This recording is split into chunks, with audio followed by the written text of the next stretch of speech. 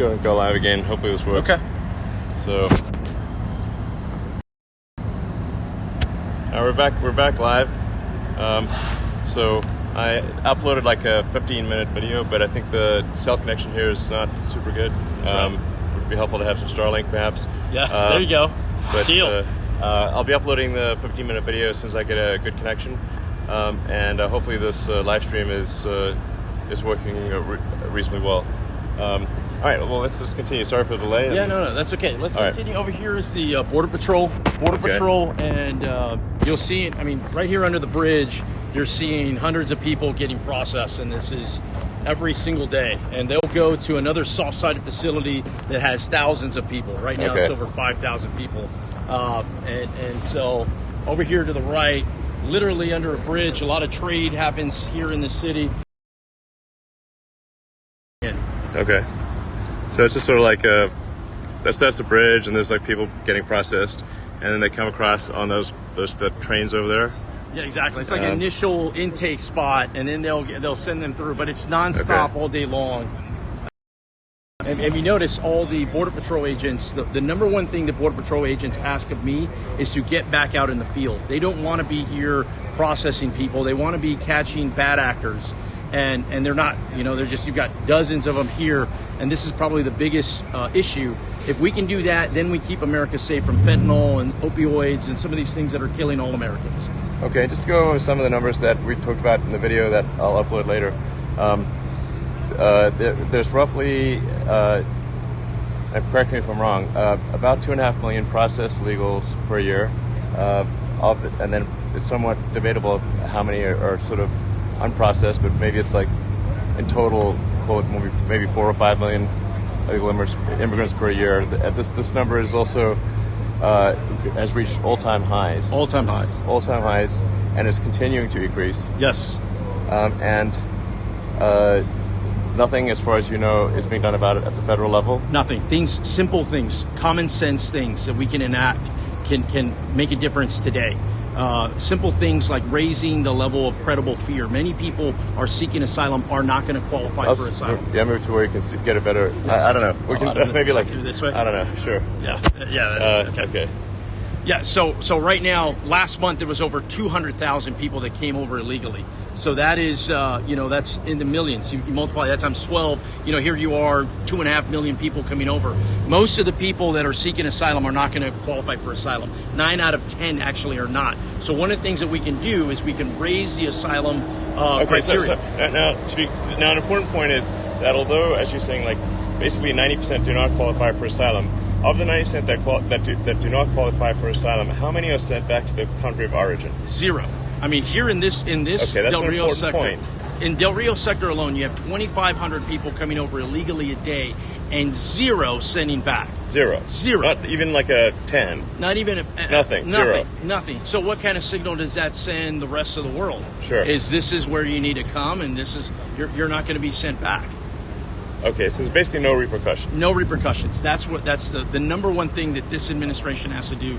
There has to be some repercussions. Now, it's due process. Make sure that people get their day in court. That, I've been advocating that one person that does qualify for asylum, we need to make sure that they don't get sent back to certain death or anything like that. But the 9 out of 10 that don't, I mean, there has to be repercussions. And once you do that, Elon, this goes away.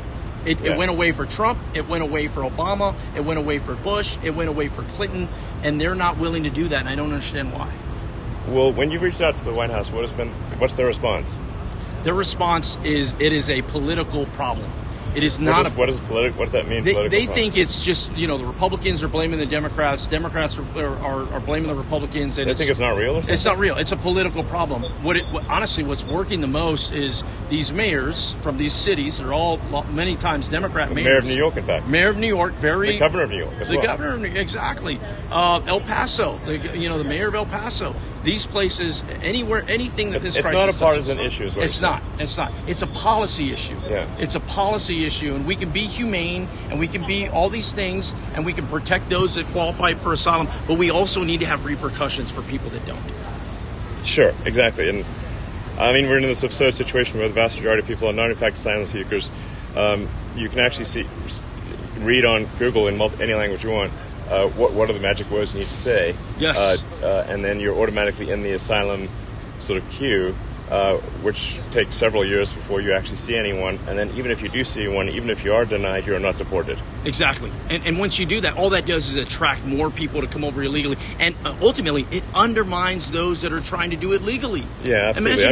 To be clear, like, we're both very much in favor of expanded legal immigration. I think anyone who is hardworking and honest should be, and is really going to add to, be a net addition to the economy. I think we should let them in. Yes. But I mean, what we're seeing here are, in some cases, some pretty extreme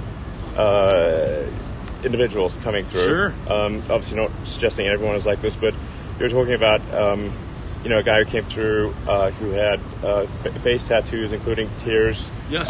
Tattooed on his face. Yes. The tear, when somebody tattoos a tear, it means that they have murdered someone. Yeah. And they are so proud of having murdered someone that they tattoo one tear on their face for every person that they kill. Is that correct? That's exactly right. I mean, these are and this person just claimed asylum. And we just let them in. We let them in. Again, a serial murderer. Exactly. Who is proud of their murders. Yes.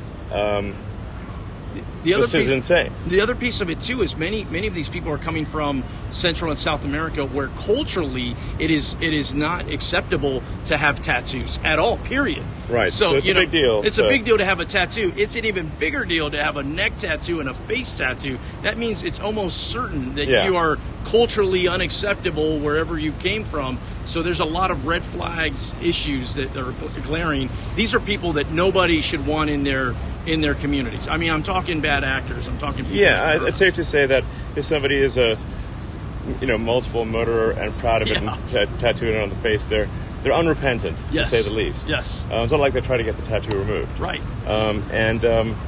The most likely, if they were murdering people somewhere else and proud of it, they will continue in that tradition. That's exactly right. Yeah. I was in West Texas, 300 miles from the border in my district, and there was a sheriff that told me a story where two folks had come over illegally from Cuba, and they were working in the oil and gas industry. They're making money, and they were going to go buy a truck and basically start a company of their own. And the plan was both of you put $30,000 to go buy this truck. They're friends. They come together. The one friend shows his $30,000, and the other friend murders him, takes his money, dismembers his body, spreads it everywhere, and that's a friend. I mean, what I'm getting at is... I would say that's not much of a friend. That's not much of a friend. No. But you don't know. If you're willing to do that to somebody... This is full Breaking Bad situation. Exactly. You just don't know. And that's what... People are scared. People in American citizens are scared. They just don't feel safe. They don't know who these people are. They don't want to assume, but they also don't want to not assume. They have children. It's a safety issue. Okay, and not only is there no end in sight, but this issue is accelerating rapidly. Yes, and it's getting worse. The many people that are coming over now, before they would have someone in the United States to go to, or they would have money. The folks that are coming over now are impoverished. They have no money, and they have nowhere to go. Okay. So they're trying to scrape together some money to take a bus trip to the next destination, if you will.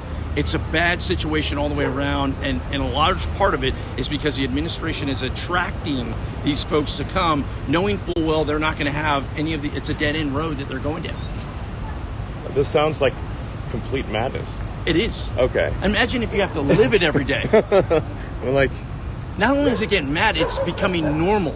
That is what I worry about. Normalizing insanity. That is why we're living in a clown world here. Coming down was so important to go, does this look normal to you? Does any of this look normal? And the train that's coming across, that's basically where people hop on top of the train. And, hop on top of the train. Let's see, I think the sheriff I don't know if the sheriff's still here, but he was telling us about how they're really pretty expert at sort of turning the brakes on the train and stuff. Yes. So it's dialed, basically. It is. You've got real commerce mixed in with illegal traffic, and so it muddies the situation for everybody. Okay. How about what can we do about it? Yeah, what can we do about it? How does this end? Yeah. What? We have a government. We have a crisis. We have a What's crisis. the recommendation? We have a government that's about to shut down, and it's going to shut down. I think there's an opportunity if we can reopen the government and there be real solutions attached with some border security measures in there that are nonpartisan. I'm not talking really crazy stuff one way or another. I'm talking something everybody can agree on. This could be a win-win for America. We just need the right package to be crafted with some sensible things. You raise the level of credible fear. You turn on the repatriation flights, so at least some people that are coming over illegally above zero would be a good start. And then the immigration judges are so critical to it. You surge immigration judges, and that way, when somebody comes in, they get their case heard immediately, not 7 years from now. You do that for a month, and all of a sudden the word's out, hey, the border is closed. Go through another route. Okay. Well, let's see. Hey guys, how's it going? Hello. Hey. So I don't know if it's just been obviously busy, so I don't know if they're still here or anything, or if they have to go. Yeah. They have to take off. Oh, shoot. Okay. Well, I think I got them on recording. Yeah. So, all right.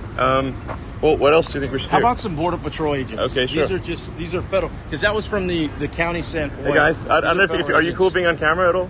Oh, we're not. Yeah. Oh, no, not allowed to be on camera. Okay, no, don't worry about it. Sure. The camera's pointed at me, so don't worry about it. Thank you. Thank you. Thank you, man. So, appreciate you. All right. This is the part where a lot of folks are frustrated because they want to be working. Sure. I mean, they're law enforcement officers that want to be enforcing our laws, and they're not able to. Okay. Yeah. They're just not allowed to enforce the laws. No, this is their new normal, and that is not a long-term winning strategy for a positive part of the Border Patrol, Customs and Border Protection. Okay. Well, anyone else who think we can talk to?